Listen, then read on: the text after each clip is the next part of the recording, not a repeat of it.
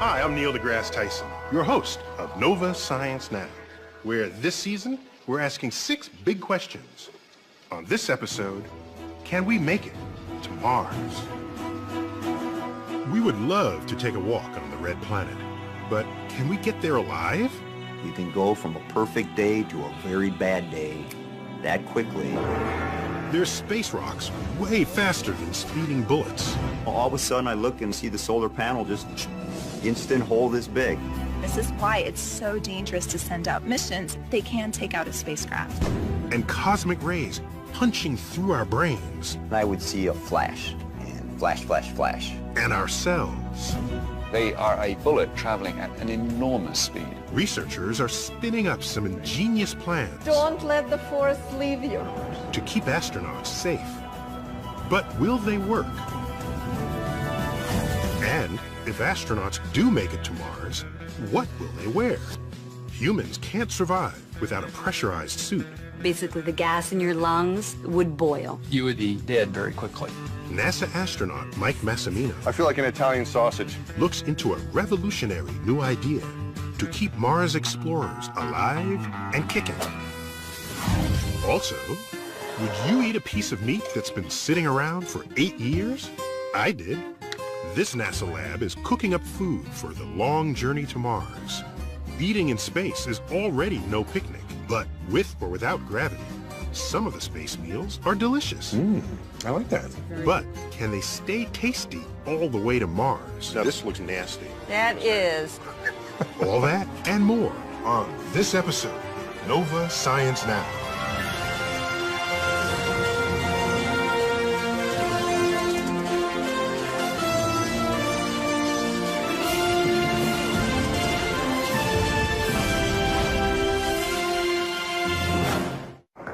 We're right where we wanted to be for Station 2. 4 decades ago, humans first walked on the moon, satisfying our thirst for exploration. And now, we're setting our sights on another rock out there, Mars. A trip to the red planet would likely cover 500 million miles, about 1,000 times farther than the Apollo missions. A round trip could take 2 or 3 years. And one big challenge is surviving harsh conditions, including some we don't encounter here on Earth.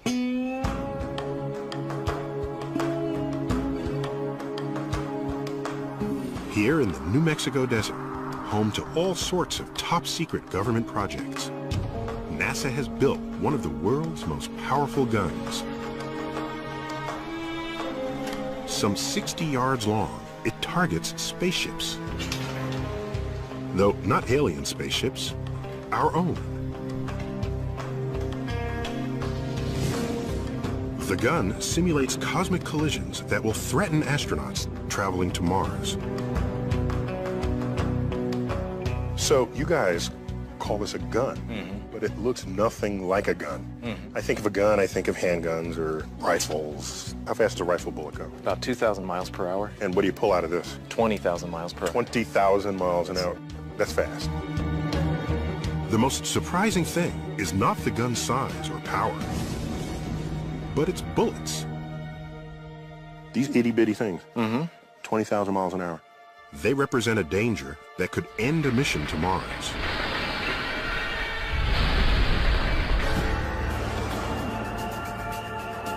Space is not as empty as you might think, but littered with small fragments of comets, asteroids, and planets called meteoroids.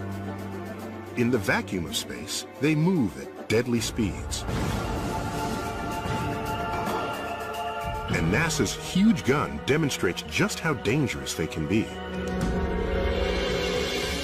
These metal plates represent the walls of an unshielded spacecraft. This is a half-inch projectile, and it was traveling at about 16,000 miles per hour.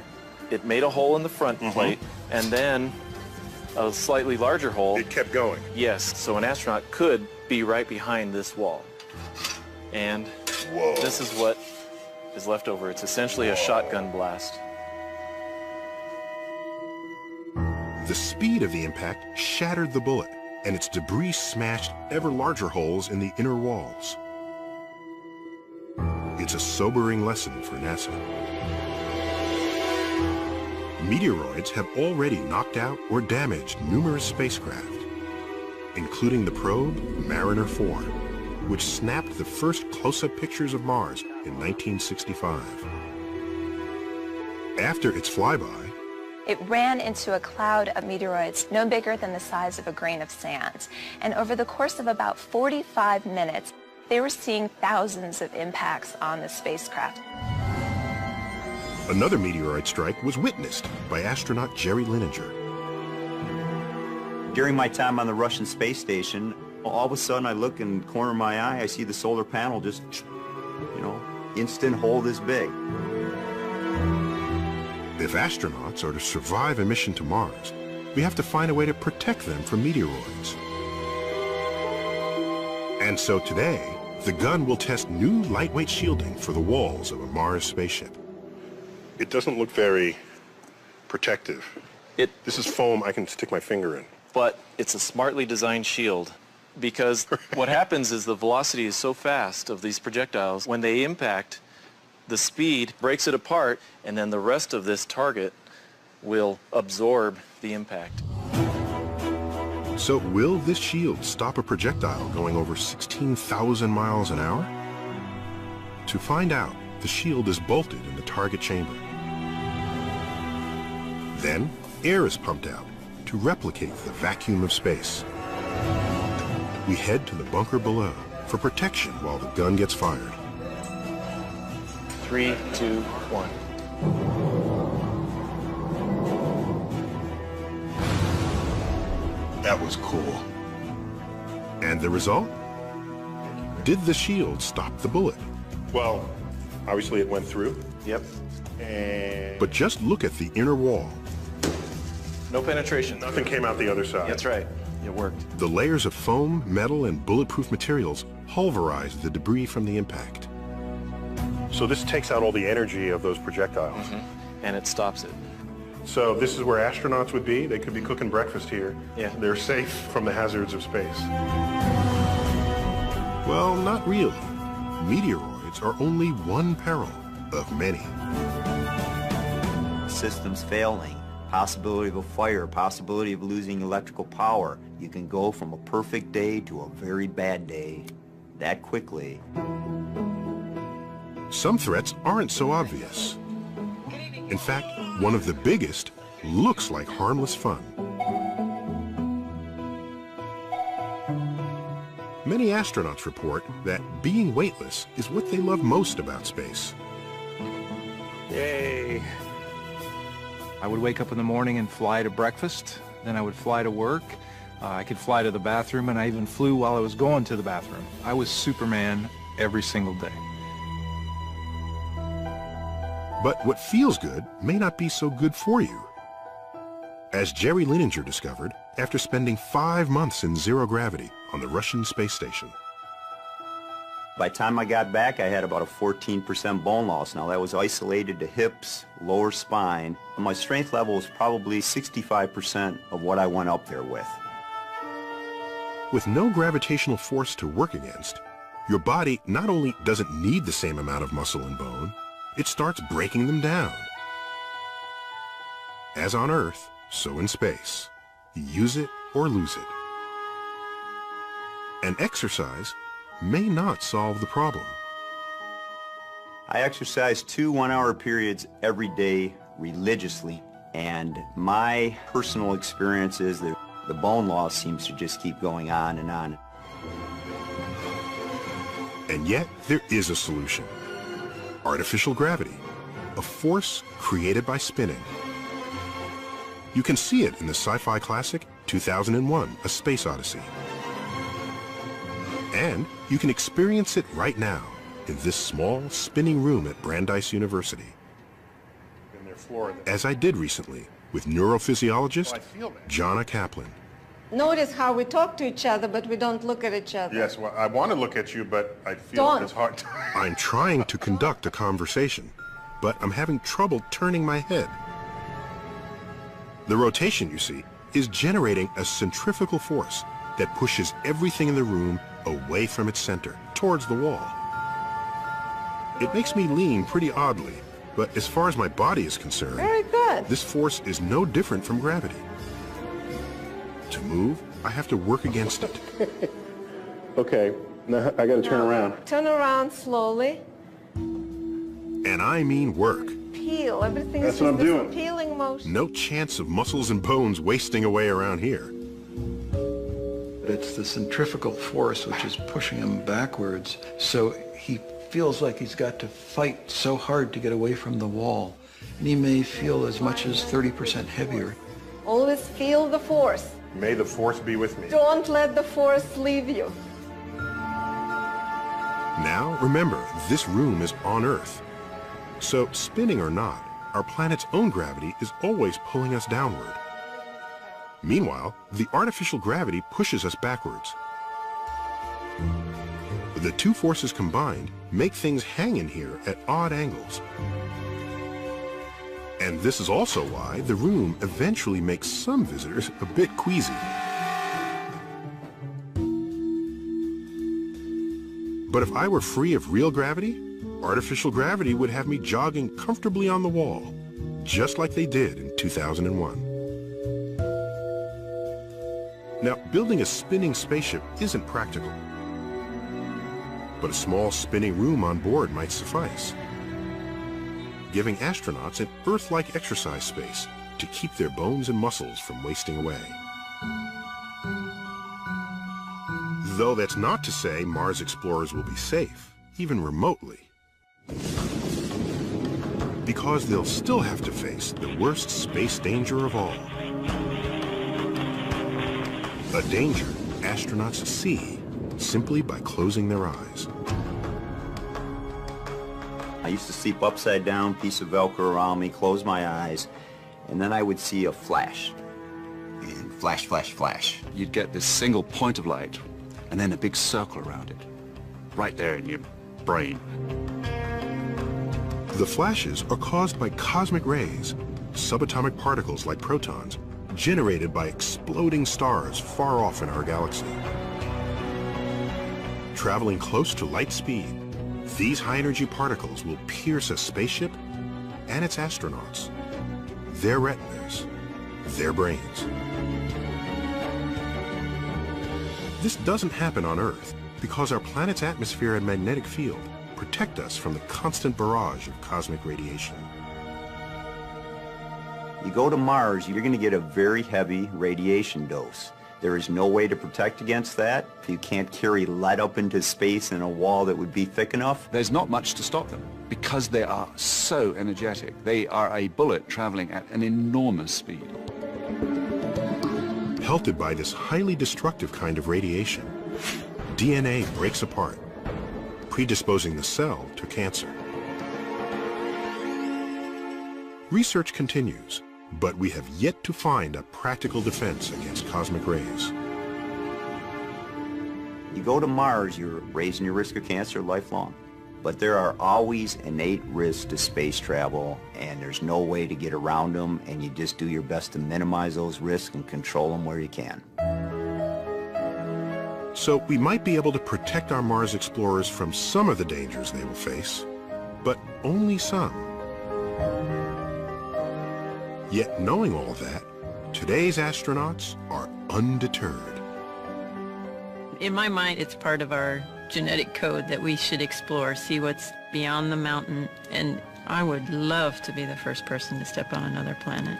Just imagine what that would be like. Everything you see would be completely alien to your experiences here on Earth. It would be just an amazing, amazing experience. I would go to Mars under any condition. I would dearly, dearly like to take my wife with me. Human evolution involves exploration. And I don't care what the risk is, that's something that you actually are moving mankind forward. It is worth your life, and I'd sign up for that mission in a heartbeat.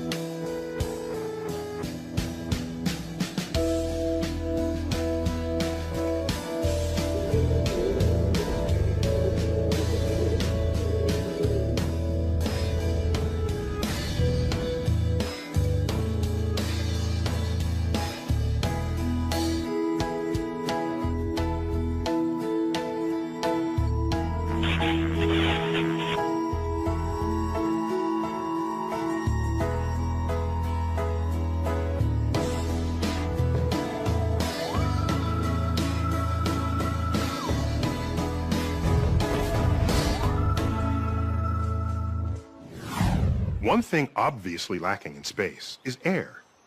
Now, of course, air is crucial for us to stay alive. Our bodies need a constant supply of oxygen. Here on Earth, air provides something just as essential, but much less obvious: pressure. Consider this: a column of air 1 inch across, stretching from the ground to the top of Earth's atmosphere, weighs about 15 pounds. That's about the same weight as a small dog or a watermelon. We don't feel it, but that weight is constantly pressing against our bodies and within our lungs. Without it, we'd be dead. NASA astronaut Mike Massimino has survived the deadly vacuum of space. We got him to tell us how and what we need to do before humans can safely walk on Mars.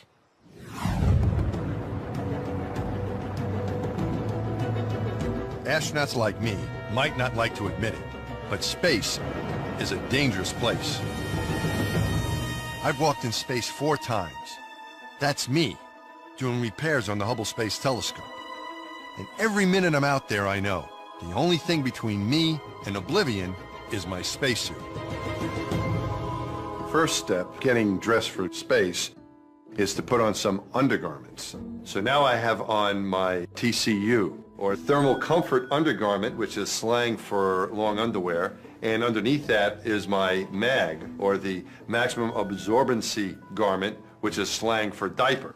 And that answers the question of how do you go to the restroom if you're locked inside of the spacesuit. At roughly $10 million, today's spacesuit is one of the most expensive garments in the entire solar system. And a lot of that expense goes into creating something you wouldn't expect: air pressure. Because the astronauts have to take their own pressure when they're doing their spacewalk, you can think of the spacesuit as like a big bag of air. So why is air pressure so important? What would happen to our bodies without it? If somebody gets sucked out of the space station without a spacesuit, what would happen? Well, that would be a very bad day. You would not explode. You would just slowly expand, and you'd get to a certain spot and then essentially turn to a goo, a mush, and then sort of vaporize. You would be dead very quickly. Basically, the gas in your lungs and even the solution in your bloodstream would boil. The cells in your body are filled with dissolved gases like oxygen and nitrogen. Without air pressure pushing hard against these cells, all that gas is going to bubble out of solution, just like it does when you open a bottle of soda. We cannot survive, just the human body, in the vacuum of space. We have to have protection from a spacesuit. But how much air pressure does the spacesuit need to keep us alive? Down here on Earth, the 1 atmosphere of air pressure at sea level feels very comfortable. As you rise up in altitude, there are fewer air molecules around you, producing less pressure. At 30,000 feet, the height of Mount Everest, the pressure drops to only 1/3 of an atmosphere. Luckily, as long as there's plenty of oxygen, humans can survive okay in 1/3 atmosphere. And that's the amount of pressure they put into the spacesuit. The whole spacesuit is pumped full of air, like a balloon. But even that causes a major problem. It makes the suit incredibly stiff. You can think of it as like a football. When a football's not inflated, you could bend it a little bit. But when it's pressurized, and you would not be able to bend it. And the spacesuit's not that different. And all that stiffness makes the suit extremely hard to move around in. In space, I use up a lot of my energy just fighting the suit. But stiffness is particularly noticeable in the gloves. The pressure that keeps me alive makes it really difficult to use my hands. If you took a rubber band and wrapped it around your fingers, and if you just open and close maybe 15, 20 times, you'll get a feeling of what makes it so physically demanding. Astronauts have been on the front lines of the battle between mobility and life-saving pressure since the beginning of space travel. By the time Neil Armstrong made that giant leap for mankind, it was clear. Leaping was doable. Walking, not so much. Trust me, I know. These suits aren't made for walking. These boots are made for walking, and that's just what they'll do. If we want to send human explorers to Mars, we're gonna need a new kind of spacesuit. We have to have much more robust suits and capabilities before we can even think about going to Mars. Back down on Earth, at my alma mater, MIT, a former classmate, Dava Newman, has set up a space-age garment district. She's trying to create a new spacesuit specifically designed for Mars. Her biggest challenge? Perfecting a whole new way of producing life-saving pressure. My passion is, astronaut performance. Is there a different way, a better way perhaps, to provide pressure? And the solution? Dava wants to shrink-wrap astronauts and apply the pressure directly to their skin. Hollywood's been shrink-wrapping space-traveling actresses for years, but the goal was purely aesthetic. No one knew if you could build enough pressure into a tight suit to keep an astronaut alive. So Dava does a lot of experimenting. Let's roll up your pant leg. All right. We're going to show you a prototype of mechanical counterpressure, meaning where we apply the pressure directly to your skin. We really want you to have maximum mobility, just like you would in your street clothes. Yeah. So I'm going to put the suit completely on you, and like shrink wrap an astronaut. Okay. We need to provide 1/3 of an atmosphere. And we've been working on that for about 10 years. Could we provide enough pressure to keep someone alive? One way to find out is to wrap body parts in super stretchy material to see if you can apply pressure uniformly. Otherwise, it could hurt. I feel like an Italian sausage. That's what I feel like. Wrapping people like sausages is just the beginning. Dava studies human motion, trying to preserve mobility while maintaining pressure. She even tries out her spacesuit ideas on a robot. I'm collecting a lot of data out of the robot because it informs our spacesuit design. But even the tightest girdle-like bodysuit can't provide quite enough pressure to keep a person alive in the vacuum of space. It just isn't tight enough. If we put the astronauts into a compression stocking, that's great, but it still only gets me 2/3 of the way there. How can I get the rest? Looking for inspiration to solve the problem, Dava turns to the animal kingdom. The possibilities are endless. The balletic bat, the slithery snake, or the creature with the highest stature in the animal kingdom, the giraffe? I always wondered, why don't giraffes faint? That's a tall creature. His head's down, eating on the grass, puts his head up to reach the tree, 5 meters. Why doesn't he faint? So what about a giraffe's physiology keeps its blood from rushing out of his head? I actually think giraffes have like an internal G-suit, an instantaneous pressurization. Special muscles in the giraffe's blood vessels constrict to create pressure. That blocks the blood from escaping out of his head. Maybe we can learn from nature biomimicry, and as an engineer, put that into some of our designs. The constricting vessels in the giraffe's upper neck inspired the idea of building additional pressure into the suit with a tight web of super strong red fibers. Now what I'm doing is giving you a bit of structure. Through that structure, I can actually even carry more pressure. So if you just had the complete suit here without the lines, you'd be able to move around in it fine, but you wouldn't get the pressure, the protection you need to work in the vacuum of space. Right. But the red lines need to go in just the right places so they don't inhibit mobility. Though we don't have a complete full pressure suit yet, we're getting there. And Dava's built a slightly looser mock-up. This could be the spacesuit of the future. I can't wait to see what she looks like. She calls it the biosuit. You look like a superhero. I want to be Elastigirl. Yeah, Elastigirl. You look like Elastigirl. Elastigirl. You look like it's just futuristic.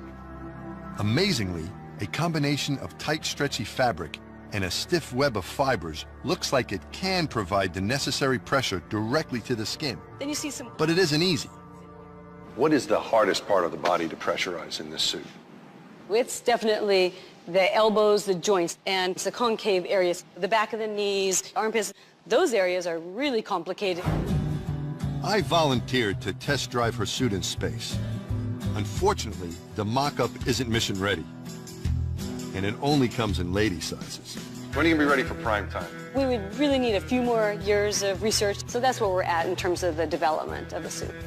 A fully functional biosuit will contain smart wires, so scientists can monitor your vital signs. The hard backplate will support the oxygen tanks needed for breathing. Speaking of breathing, that part of the suit would be pretty much the same as today, with a gas pressurized helmet. But you'll breathe easier. Dave has found you could run around in the biosuit and consume about 50% less oxygen than you would in today's bulky suit. We've proven the technical feasibility. This is possible. We might have this incredibly different way to design spacesuits for the future. I may be too old to go to the Red Planet, but it's almost certain that the astronauts of tomorrow will have a very different wardrobe than the one I've been wearing. They'll have suits that are made for walking.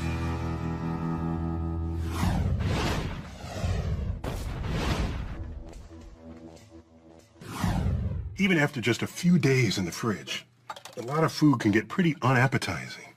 Mostly because mold and bacteria begin to take over your food. So imagine eating meals that have been sitting around for 2 to 3 years. That's what the astronauts who go to Mars are going to have to do. You know, I met some chefs trying to cook up some delicious dishes that'll provide all the comforts of home. Even when the dining room is 100 million miles away. In a food lab at the Johnson Space Center, Michelle Perchonik heats up pork chops for a taste test. If you're the type who likes your food fresh, this isn't the meal for you. One of these chops has been sitting on a shelf at room temperature for 2 years. The other has been lying around for 8. That's right, I said 8 years. Can I tell which one? And will my stomach mind this experience less than it did artificial gravity? We shall soon find out.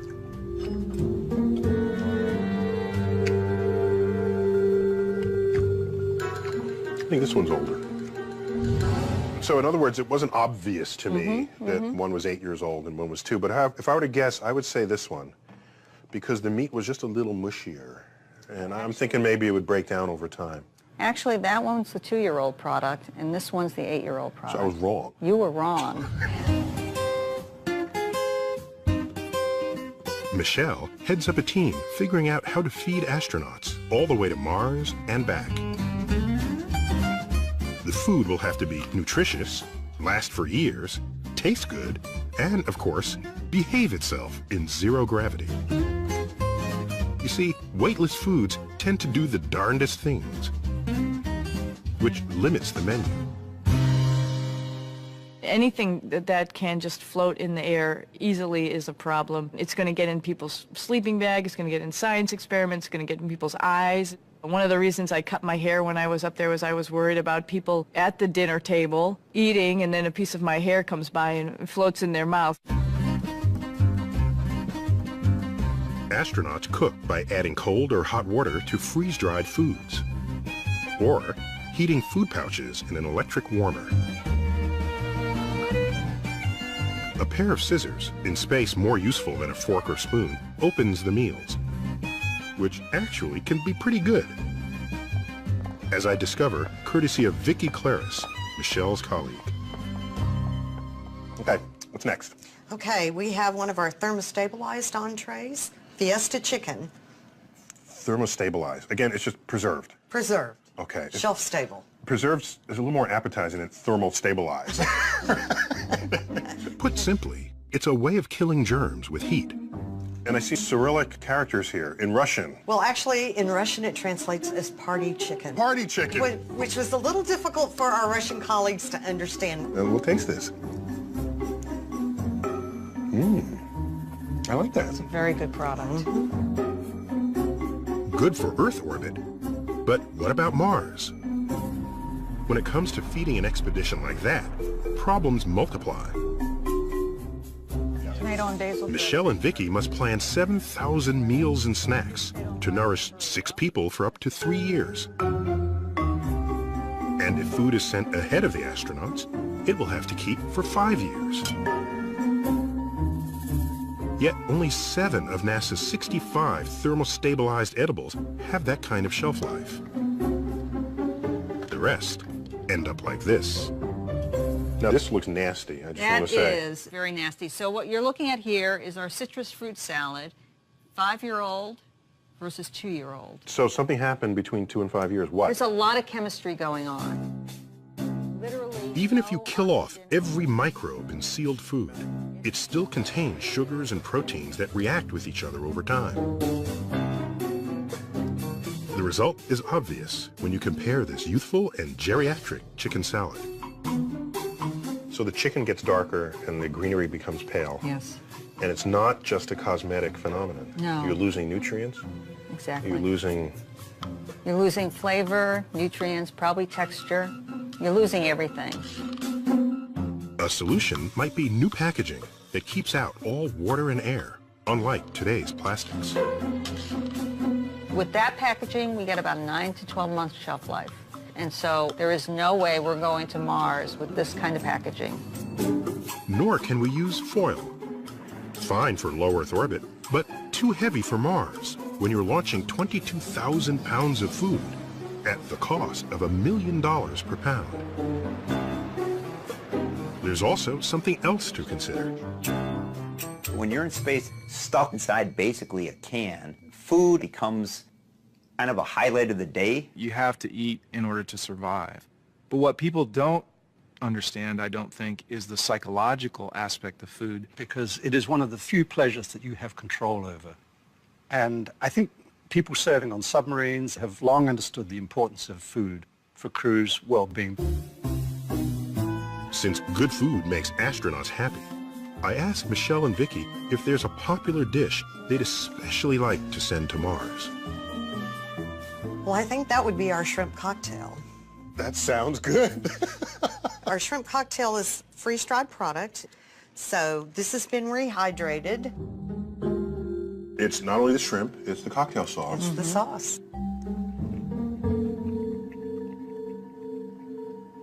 If Earth were 50 million miles away, this would be 5 stars. But on Earth, I've had better shrimp cocktail at the local... I certainly hope so.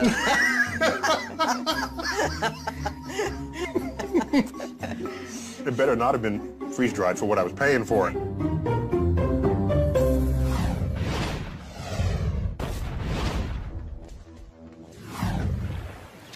If you have to cross a great distance with no pit stops, the slower you go, the more supplies you're forced to carry. And if your route takes you through dangerous territory, all the more reason to speed things up.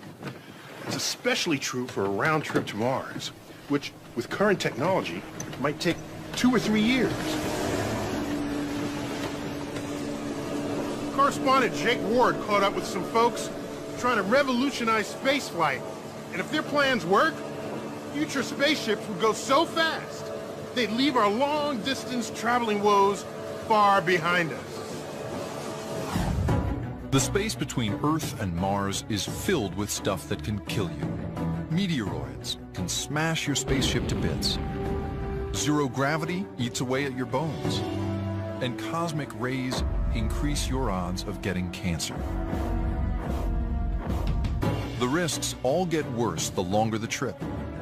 Right now, the best rockets would take 2.5 years to get us there and back. 2.5 years is what I see as the biggest risk going to Mars. Why so long? The problem is fuel. The fuel in this shuttle tank weighs almost 1 million pounds, and that just gets you into near-Earth orbit. Mars is still more than 35 million miles away. You can't carry enough fuel to fire engines all the way to Mars. In fact, a chemical rocket would empty its gas tank just escaping Earth's gravity, and then would let momentum carry it the rest of the way. Now, the problem with that is that you're coasting the whole way. Which takes a very long time. The other problem with that is that if anything goes wrong, you're stuck. You have no abort capability in mid-flight. Former astronaut Franklin Chang Diaz is well aware of the dangers of such a mission. At that point, you have no choice but just to continue to go. And God forbid, you lose propellant or you lose an oxygen tank, and it's not going to be possible to really return. And we would watch this crew die for months in front of the whole world. To make sure this doesn't happen, engineers are designing new kinds of rockets that could go much faster and more efficiently. They range from water vapor thrusters to going nuclear. But none can get a crew to Mars and back in less than a year. So this is it? This is it. But here outside Houston, Chang Diaz and his team are building a potentially game-changing rocket called the Vasimir. The ultimate goal is to have a small sun in the engine. A sun in the engine? Well, kind of. The Vasimir uses radio waves to heat argon gas to 1,000,000 degrees, so hot it becomes a plasma. The sun is made of plasma. In a plasma, atoms break down into a soup of charged particles that move very, very fast. And if you fire these very hot, very fast particles out the back of a spaceship, you've got a rocket that can really move. But putting this sun in the engine creates some new problems. Think of this candle as a conventional rocket. It's plenty hot. But Vasimir, it's really a whole other ball of wax. Test firings have already topped 1,000,000 degrees, thousands of times hotter than a chemical engine. So the challenge for Vasimir is, how do you keep an engine this hot from destroying everything around it?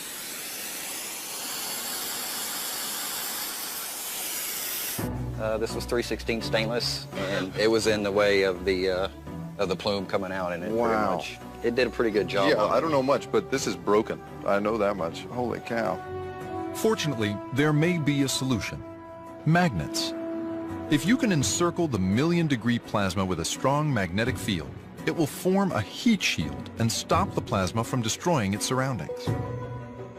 With this shield in place, Franklin thinks the Vasimir can go 35 miles per second through space. That's fast enough to get from New York to Los Angeles in roughly a minute and a half.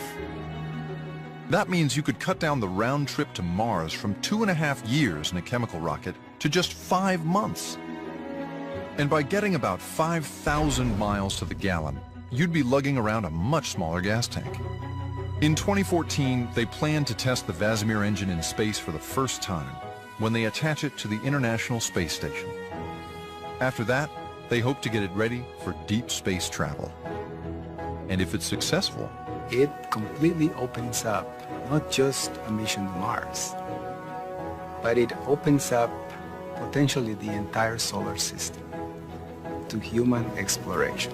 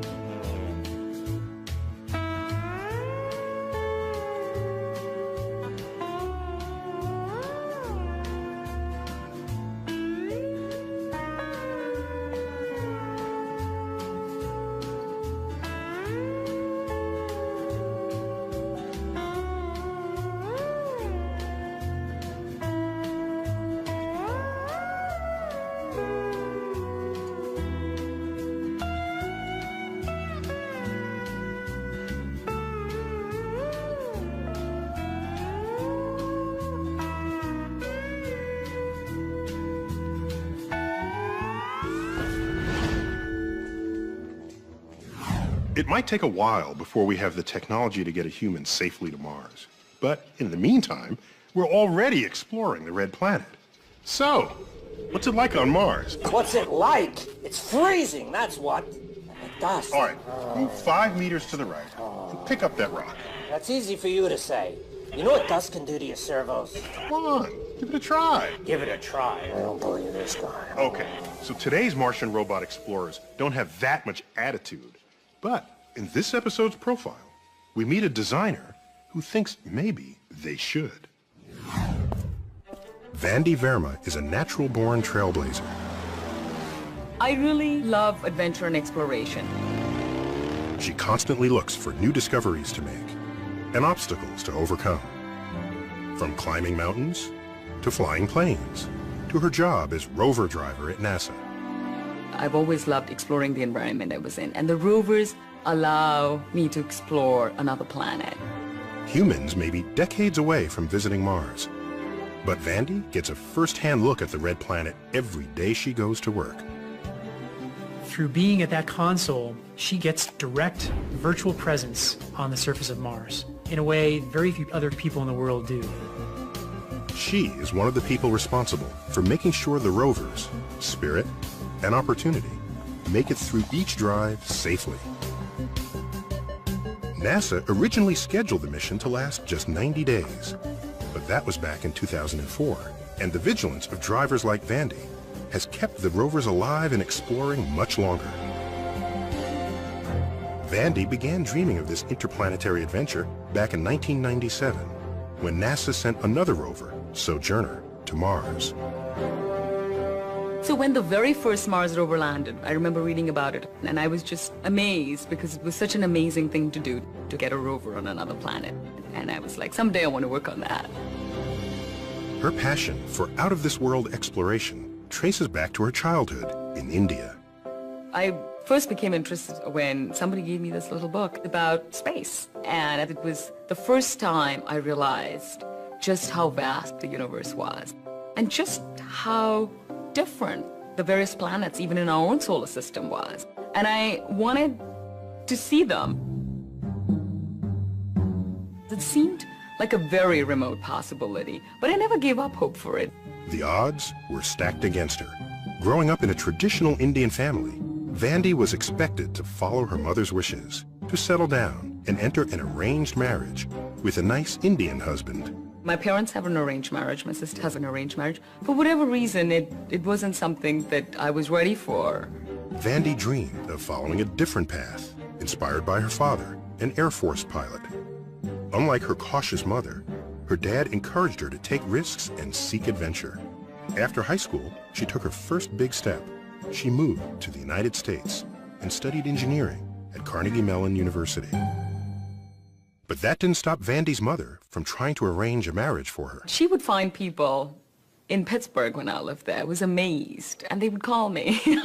Vandy dodged her mom's suitors long enough to meet classmate and fellow roboticist Paul Tompkins. Like Vandy, I've been in love with space for as long as I can remember. In 2005, they decided to spend their lives together. We both love adventure.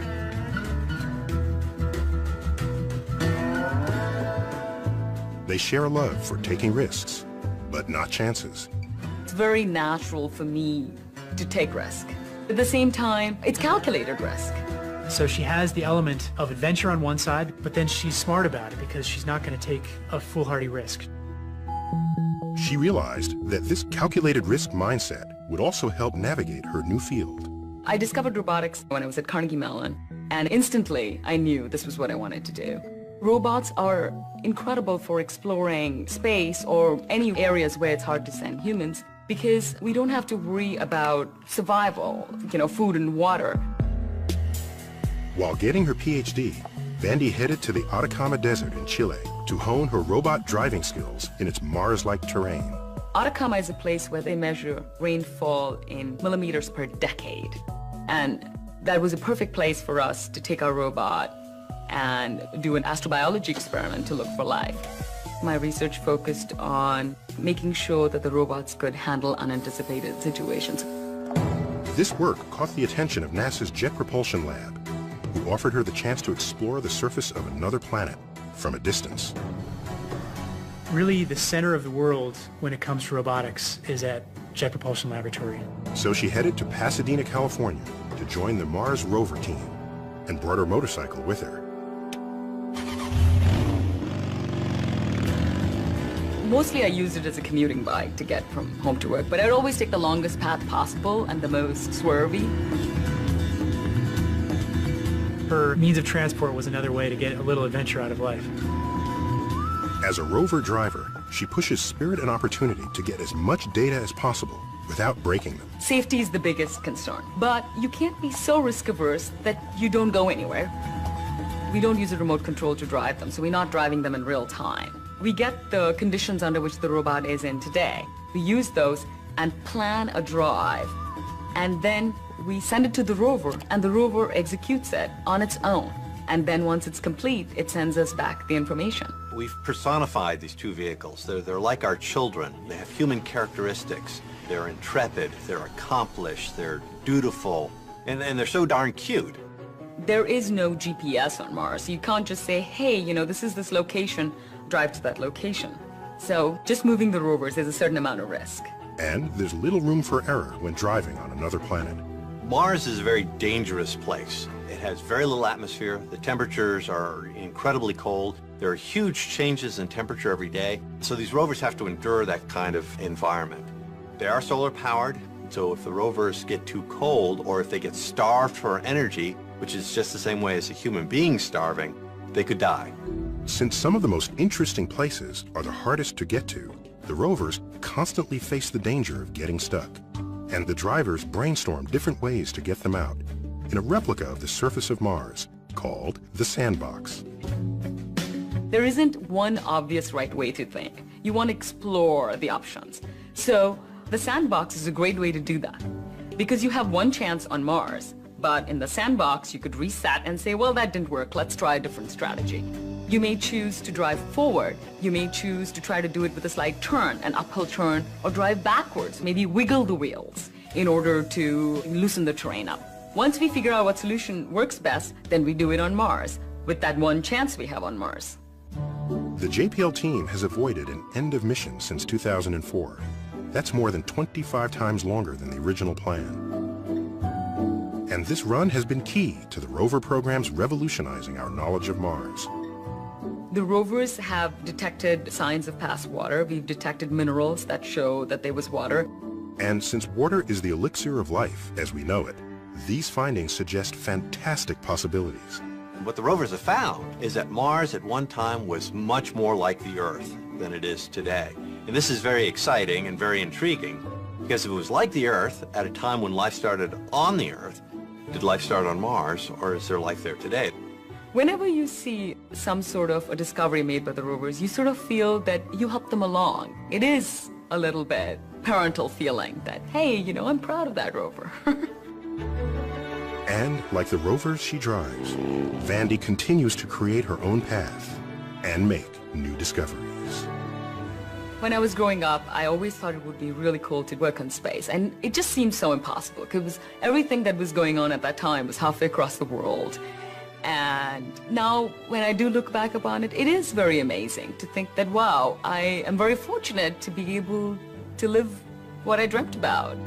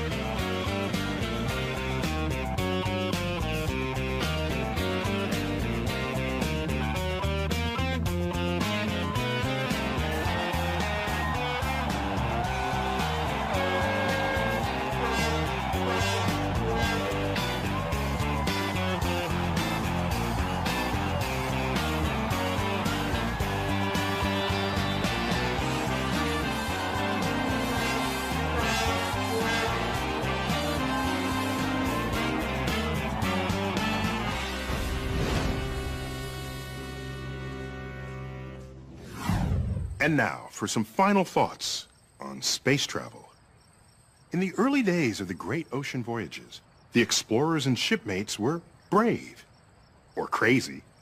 During their year-long voyages, they risked and often succumbed to scurvy, dehydration, starvation, disease, pestilence, hostile natives, and of course, shipwreck.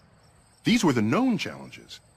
Add some mysterious unknowns like, is Earth's edge just over the horizon? Or do demons lurk there? And you've got a voyage that few, if any of us, would ever take. Yet, some humans embrace these risks, and our species owes them boundless gratitude. With space as the next long voyage frontier, another laundry list of life-threatening challenges await us. Food spoilage, wayward space debris, loss of health in zero-G, psychological effects of isolation, and, once again, shipwreck. Now, consider that in 1950, the risk of asteroid fragments colliding with your spaceship was not only unknown, it was undreamt of. Same holds for the damage that solar flares pose to DNA of spacefarers. Today, these are known unknowns. We know they're out there, and even though we won't always know when they strike, we can, in principle, protect against them. But what's scarier than known unknowns are unknown unknowns. Stuff we haven't thought of yet, but would put an astronaut's health or life at risk, such as, we haven't thought of it yet. That's why we call them unknown unknowns. And that's why, to explorers, today we call them astronauts, the frontier will forever be the home of the brave.